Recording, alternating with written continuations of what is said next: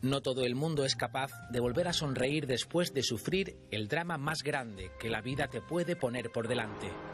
Perder a un hijo de tan solo 9 años por una leucemia. Fue un mes de enero del año 2007. Antes, Andrés Olivares vivió un auténtico calvario durante la enfermedad de su hijo.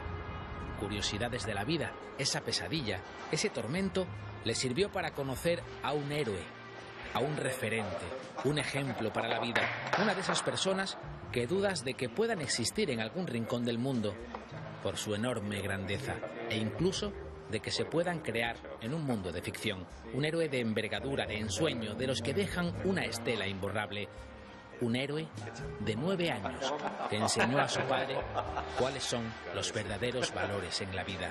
Así nació la Fundación Olivares.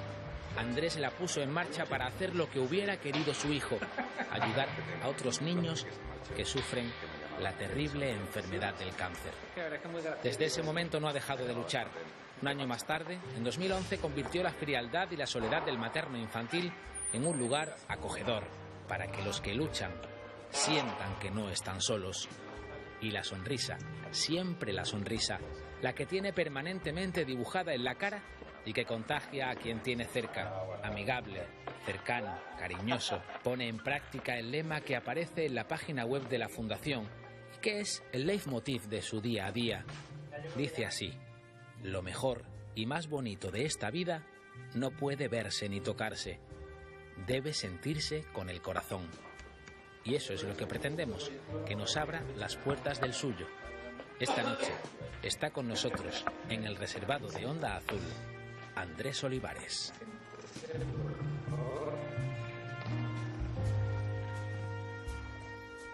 Andrés Olivares, buenas noches. Buenas noches, Santi. Un placer recibirte en el reservado. Igualmente. ¿La sonrisa forma ya parte de tu expresión o te sale sola? Es parte mía, no sale. Una sonrisa, un sentimiento no sale solo. Un sentimiento es algo que nace de ese corazón que hemos hablado hace un momentito. Y te decía antes de entrar en plato que uno de los niños del hospital me llamaba el sonriente. Y el otro día, dando una charla, le pedí a las personas que se levantaran con una sonrisa. Es precioso, sonreírle sobre todo a la vida, ¿sabes? ¿Hubo algún momento después de aquel enero de 2007 en el que se te olvidara sonreír? No, de hecho, muchos miembros de la familia esperaron a que el padre de ese niño que se marchó de alguna manera cayera, tuviera su proceso normal de duelo, llorara, estuviera en su casa encerrado días y días, sin entender el por qué me había ocurrido eso, por qué a mi hijo. Y la verdad es que no fue así. Yo a los 2 días estaba en mi empresa, al tercero estaba en el materno infantil acompañando a otros niños, porque él tuvo la decisión de, durante ese año de enfermedad, hacerme entender la vida de otra manera. Y enseñarme a llorar cuando hay que llorar, que es precioso llorar. Muchas de las familias con las que estamos a diario lloran y hay que explicarle qué significa ese llanto. Y me enseñó a llorar, y me enseñó a reír, y me enseñó a disfrutar, y me enseñó a vivir, me enseñó a abrazar, me enseñó a amar, me enseñó, Santi, lo que no te puedes hacer una idea, lo que me enseñó un tío con 9 años. Y en la vida, cuando te ocurren las cosas, tienes 2 posibilidades: o blanco o negro, o derecha o izquierda, o arriba o abajo. Si te das cuenta, la vida es una pura dualidad: el sol, la luna, la tierra, el mar, el yin y el yang. Y al final yo decidí encauzar mi vida hacia sentimientos como la felicidad, la sonrisa, el abrazo, el amor, la entrega, el servicio. Y nunca, no recuerdo que haya llorado. Antes de aquel año al que has hecho referencia, Andrés Olivares era una persona normal, conocido entre sus familiares, sus amigos, un empresario. ¿Cómo le cambia la vida a una persona cuando le dicen que su hijo tiene cáncer? Bueno, yo quiero seguir siendo normal. Antes era un tipo normal y ahora sigo siendo un tipo normal. Sí es cierto que mi vida ha cambiado radicalmente, porque Mira, todos tenemos un Dios en nuestro interior que lo despierta el sufrimiento. Y a veces no nos damos cuenta de nuestra realidad existencial. Pensamos que nacemos y nuestra vida es la que el sistema nos pone por delante. Esa escalerita mecánica en la que todos nos subimos y de la que no somos capaces de salir, pues por comodidad, por monotonía, por el que dirán, por muchísimas circunstancias. A veces te tiene que dar la vida un bofetón. A mí me dieron un bofetón tremendamente fuerte. A veces le podía haber preguntado a mi hijo que por qué fue tan duro para que yo me diese cuenta de lo que realmente tenía que hacer en esta vida. Pero no es cuestión de preguntar o no preguntar. Al fin y al cabo, lo que le tengo que dar es las gracias por haber decidido ser mi hijo y porque a través de su enfermedad yo he sido capaz de aprender lo que tenía que aprender y por eso hoy podemos hacer lo que hacemos desde su fundación. Entonces, claro que te cambia la vida, Santi. Es cierto que yo era empresario, papeles, proveedores, clientes, facturas, proyectos. ¿Y tu vida qué? ¿Y tú dónde estás? ¿En un papel? ¿En una factura? ¿En una cuenta bancaria? ¿En un proveedor? Esa es tu vida, realmente esa es nuestra vida. Te tienes que dar cuenta de que a veces es necesario salirse de esa escalera mecánica y vivir tu propia vida, porque si no al final terminas viviendo la vida de los demás o la vida que el sistema te impone. ¿Qué fue más duro, Andrés? ¿El diagnóstico cuando el médico te llega y te dice... El diagnóstico fue... O el día a día de la lucha o la impotencia que te genera todo ese proceso? No, mira, el día a día fue brutal porque es algo tan inesperado. Yo recuerdo que, bueno, llego a casa con 39 de fiebre, pasaron unos cuantos días y en un momento determinado pues nos derivaron al materno y a las 2 horas nos metieron en una habitación y nos dijeron que se quedaba ingresado porque habían visto algunas anomalías en células en la sangre y tal. E inmediatamente a mí me vino a la cabeza la palabra cáncer. Recuerdo que tuve que ir a casa porque necesitábamos cosas para pasar la noche. Me subí en un taxi y llamé a mi padre y llorando le dije: papá, acércate a por mí porque no soy capaz de llegar a la empresa andando. Me temblaban las piernas, me comía todo por dentro porque no estás preparado para que alguien te diga que tu hijo tiene cáncer y que además la palabra cáncer significa, está muy asociada a la palabra muerte. Fue, yo creo que, la peor noticia de mi vida, sin lugar a dudas. Fue un puñal que me atravesó de arriba abajo y en aquel momento me destrozó, sin lugar a dudas. Después te habitúas, el día a día es muy duro porque además mi hijo tuvo un proceso de enfermedad bastante duro, bastante difícil, con un pronóstico muy complicado. Pero al final tiras del que realmente eres, que también lo hablábamos antes de entrar en directo, de tu forma de ser, de tu personalidad, de haber sido siempre un payasete, un tío normal o no normal, pero sí creo que muy divertido, con esa sonrisa de oreja a oreja y que trata de que todo el mundo se lo pase bien cuando está a su alrededor. Y al final me convertí un poco en el bufón del hospital y pasaban los días pues bufoneando, haciendo reír a la gente, bueno, contando chistes, contando historias, haciendo magia o haciendo el payaso, nunca mejor dicho, para que esos niños y esas familias se lo pasaran bien y tuvieran un proceso mucho más, te iba a decir bonito, bueno, pues un proceso mejor del que tenían, ¿no? Me gustaría seguir hablando de cómo fueron aquellos tiempos difíciles, porque de aquel dolor nació este bendito proyecto, de aquella experiencia, ¿no? De aquella elección de tu hijo nació la forma de entender la vida que tiene hoy Andrés Olivares. ¿Cuándo perdiste la esperanza en esa lucha, Andrés? ¿Hubo algún momento que dijiste ya no tengo esperanza de que esto salga bien? Vamos a ver, la esperanza en qué, Santi, porque mi hijo me contaba muchas cosas que le pasaban. Él tenía muchos sueños y un día me dijo: papá, siéntate que esta noche he soñado con una pirámide. Yo estaba a sus pies y empezaba a subir y en cada diagonal que subía pues me encontraba un mensaje. En uno de ellos me encontré una llave y cuando llegué a la cima de la pirámide había como una especie de cofre. Lo abrí, salió una luz inmensa y me salvé. Y claro, yo desde aquí entendí que mi hijo me estaba diciendo que se iba a salvar, que algo sobrenatural, en este caso Dios o Jesucristo, con el que tenemos una relación muy estrecha, me estaba diciendo que él se iba a salvar. Y entonces nunca pensé que Luis se iba a marchar. De hecho, los últimos días de Luis fueron muy complicados. Y yo llegué a la habitación cuando Luis dio el último suspiro de 3, porque en el primero y en el segundo estaba en la calle fumándome un cigarro, muy tranquilo, porque yo todavía sentía que él iba a salir adelante. Después entendí que esa luz de aquel cofre significaba otra cosa, que salió adelante de otra manera, porque al fin y al cabo murió su cuerpo, pero no murió su alma.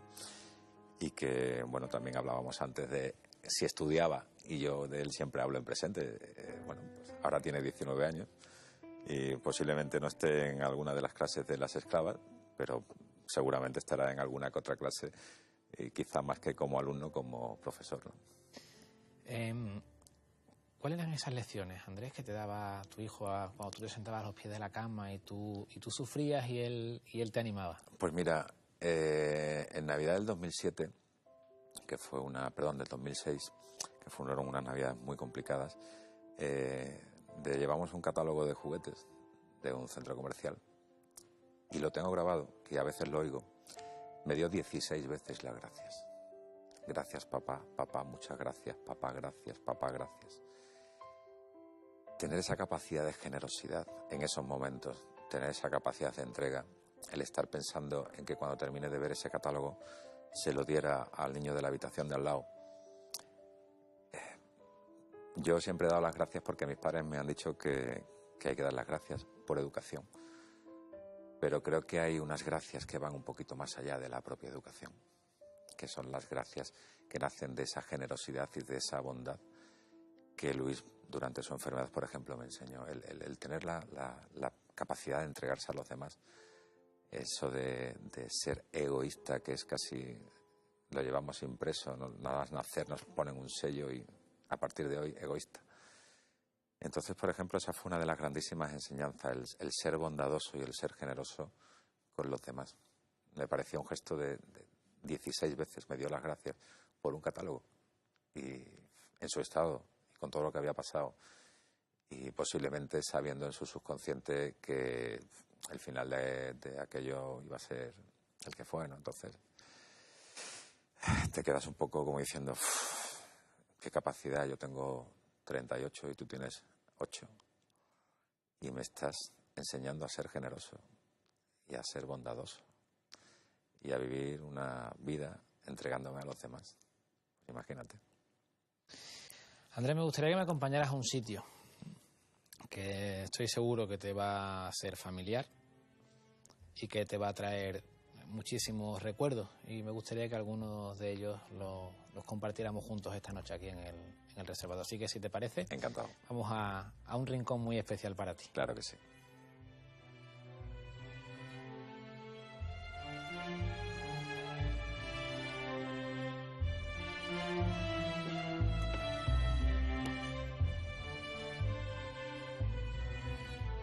Hubo un día, como dice Andrés Olivares, que el cuerpo de su hijo no soportó tanto veneno y se fue. Se fue su cuerpo, pero no su alma. ¿Cuándo y por qué decide crear la Fundación Luis Olivares? Pues una vez que Luis se marcha, decidimos crear la Fundación Luis Olivares, porque en un momento de su enfermedad, con esa generosidad y esa bondad de la que hablábamos antes, nos pidió que ayudáramos a otros niños que estuviesen enfermos como él.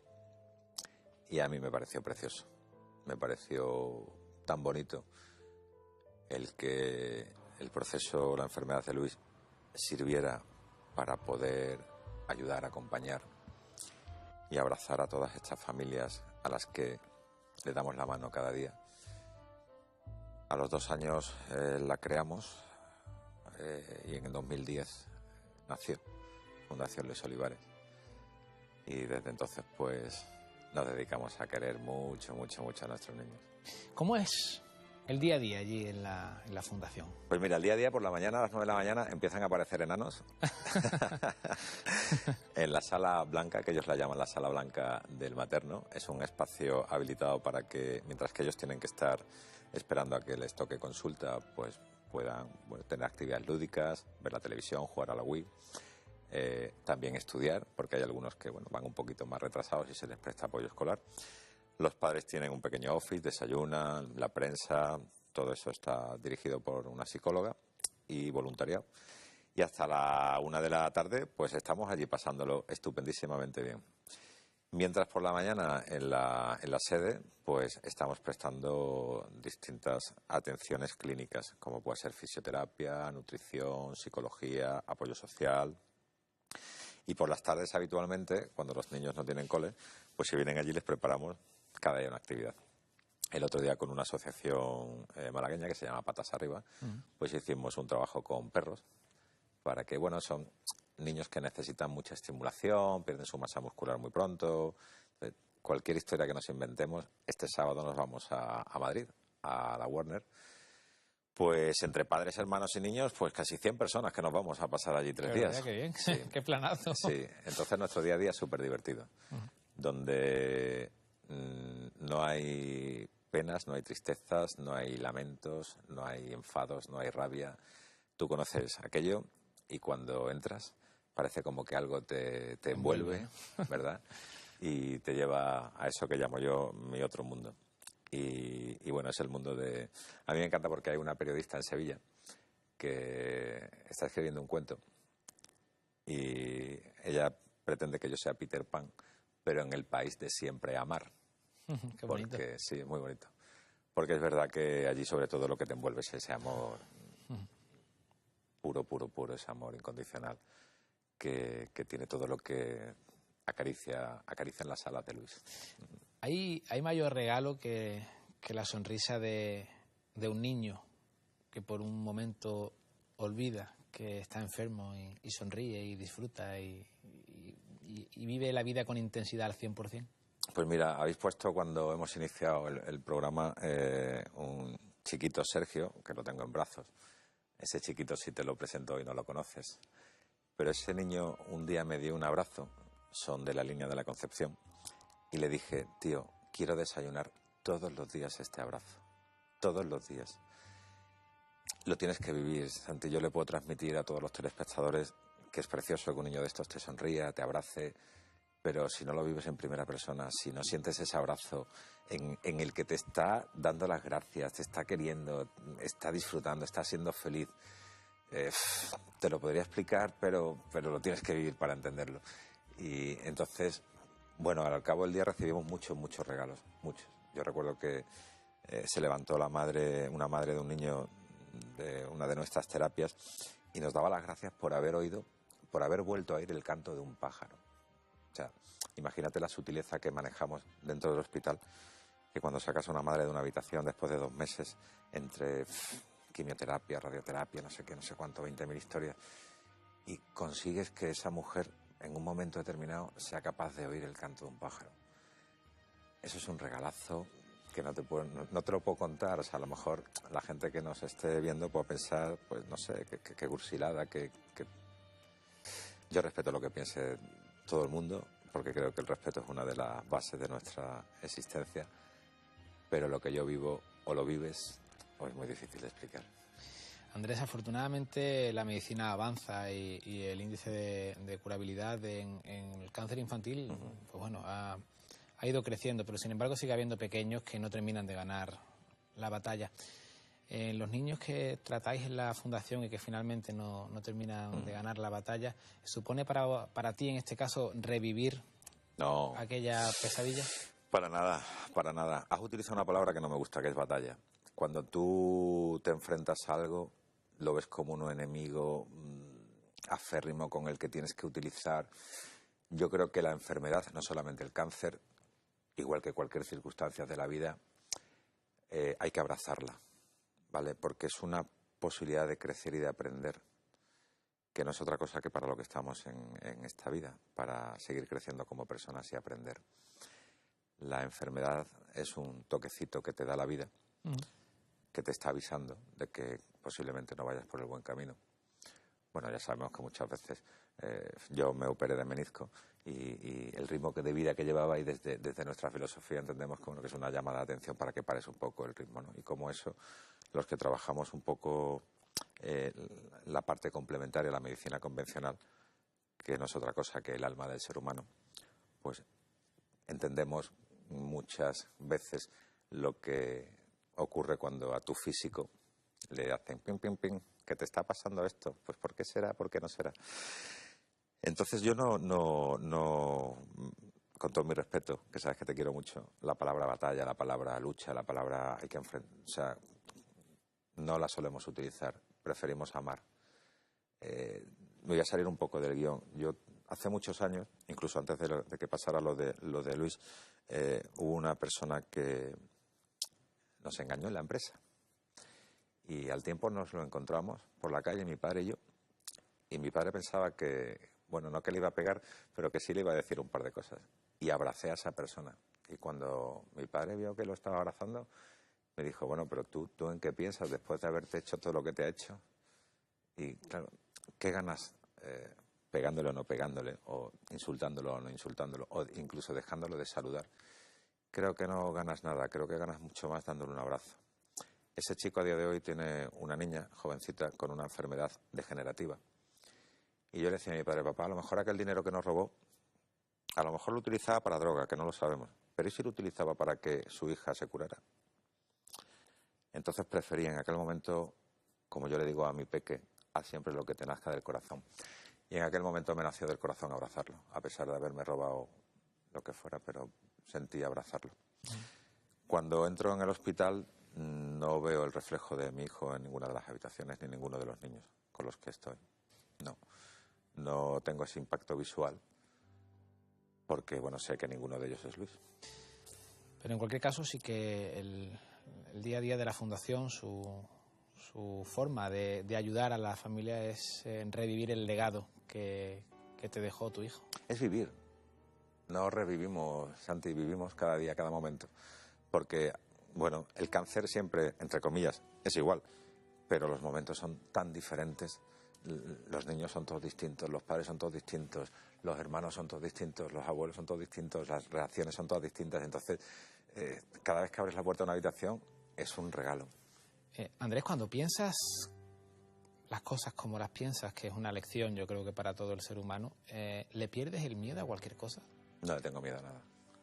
El miedo te paraliza, Santi, en cualquier ámbito de la vida. Y como te he dicho antes, cualquier circunstancia hay que abrazarla. No puedes quedarte paralizado, porque la vida te va empujando y entonces no vas a estar luchando en contra, tú empujando y la vida hacia un lado y tú hacia otro. ¿Por qué? Porque me da miedo, porque no quiero pasar por ahí, porque ¿qué me va a ocurrir? Porque ahí sí me... La vida es para vivirla. El otro día me decía una persona, tienes un problema, que vives la vida con tanta intensidad que te sales de la realidad. Digo, bueno, perdona, a lo mejor la que no vive la realidad de la vida eres tú. Porque ¿quién dice cuál es la realidad de la vida, Santi? ¿Quién está en poder de esa verdad absoluta de decir la vida realmente lo que es esto? Cada uno decide cómo quiere vivir la vida. Por las circunstancias que yo viví, pues he decidido vivirla de esta manera. Ni mejor ni peor, ni soy más normal ni menos normal, ni más guapo ni más alto, ni más feo ni más gordo. No soy un tío normal que pasó por una situación determinada y que esa situación ha hecho que yo viva la vida de esta manera. Ya está. Ha habido una cosa que me ha gustado, que me ha impactado, que me ha dicho, me ha impactado y me ha gustado. Tienes a tu hijo presente día tras día y me has dicho que hablas en presente de él, que Sí. tiene 19 años. Tú eres creyente y también lo hemos visto durante esta entrevista. Yo me imagino que estás permanentemente hablando con tu hijo en el día a día, en las cosas que haces, en las cosas que piensas, en las cosas que te inquietan o que afrontas con ilusión, ¿no? Es que este proyecto es de él. Y entonces yo puedo ser presidente, entre comillas, pero el mandamás es... Entonces, a mí una compañera tuya, hace un tiempo, además de esta casa, me preguntó qué era lo más bonito que me ocurría al cabo del día. Y yo le hablaba de ese abrazo de por la mañana de un niño, del llanto de una madre en el hombro a mediodía o del enfado de un padre por la tarde. Pero realmente lo que más me llena es llegar a casa por las noches y aunque esté solo, porque vivo solo, me encuentro allí con la esencia de mi hijo y compartamos lo que hemos entregado durante ese día. Y eso es lo más bonito del día, sí. Si pudieras pedir un deseo ahora mismo, ¿cuál sería? Ninguno, porque la felicidad es la ausencia del deseo. Y yo en mi vida no deseo nada, por eso soy feliz. Sabes que eres una persona a la que le tengo muy alta estima, que quiero mucho. Mucho. Ha sido difícil en algunos momentos hacer esta entrevista, pero ha sido una de las más bonitas que he hecho nunca. Me gustaría que lo supieras. Te lo agradezco, de corazón. Andrés Olivares, que sigamos compartiendo el día a día de la Fundación Luis Olivares y que sigamos haciendo feliz a tanta gente en nuestro alrededor. Hoy nos has dado una lección muy importante a todos. Seguiremos, sin lugar a dudas. Gracias. Muchísimas gracias, Santa. Pues este es el reservado que hemos compartido esta noche con Andrés Olivares. Ya sabéis que cada semana tenemos una cita aquí en Onda Azul Televisión para seguir descubriendo a las personas, para conocer un poquito más a quienes forman parte de la sociedad malagueña. Gracias como siempre por elegirnos y hasta la próxima semana.